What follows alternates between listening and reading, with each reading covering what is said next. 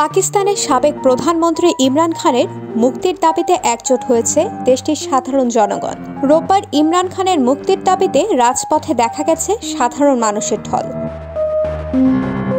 Pakistan Tehreek-e-Insaf PTI ইসলামাবাদে এই বিক্ষোভ সমাবেশের আয়োজন করে। এ সময় তারা ইমরান খানকে অবিলম্বে মুক্তি দাবিতে সরকারকে 2 সপ্তাহের আলটিমেটাম দেন। তবে সে সময় বিক্ষোভের এক পর্যায়ে পুলিশের বাধায় সংঘর্ষে জড়িয়ে যান প্রতিবাদকারীরা। সামাজিক যোগাযোগ মাধ্যমে প্রকাশিত ছবি ও ভিডিওগুলোতে ইমরান খানের সমর্থকদের দেশের বিভিন্ন প্রান্ত থেকে রাজধানীর দিকে মার্চ করতে দেখা গেছে। তবে ইসলামাবাদ প্রশাসন শহরের প্রধান প্রবেশ পয়েন্টগুলো ব্লক করে রাখে। এতে ভোগান্তিতে পড়তে হয় বিক্ষোভকারীদের। এছাড়া রাস্তায় কন্টেইনার দিয়ে ব্যারিকেড ও দাঙ্গা পুলিশও মোতায়েন করা হয়। ফলে বিক্ষোভ সমাবেশে পুলিশের সঙ্গে পিটিআইয়ের কর্মীদের সংঘর্ষের ঘটনা ঘটে। বিক্ষোভ ছত্রভঙ্গ করতে কাঁদানে গ্যাস ছুড়েছে পুলিশ। পিটিআই সমর্থক রবিনা গফুর আল জাজিরাকে বলেন, সমাবেশে পৌঁছানো খুবই কঠিন ছিল। সব রাস্তা বন্ধ ছিল।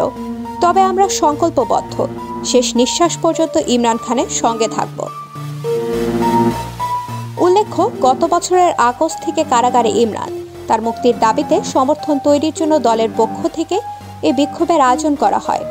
গত জুলাইয়ে ইদ্যত মামলায় দেশটির একটি জেলা ও দায়রা আদালত দোষী সাব্যস্ত হওয়ার বিরুদ্ধে ইমরান খান ও তার স্ত্রী বুশরা বিবির আবেদন গ্রহণ করেন।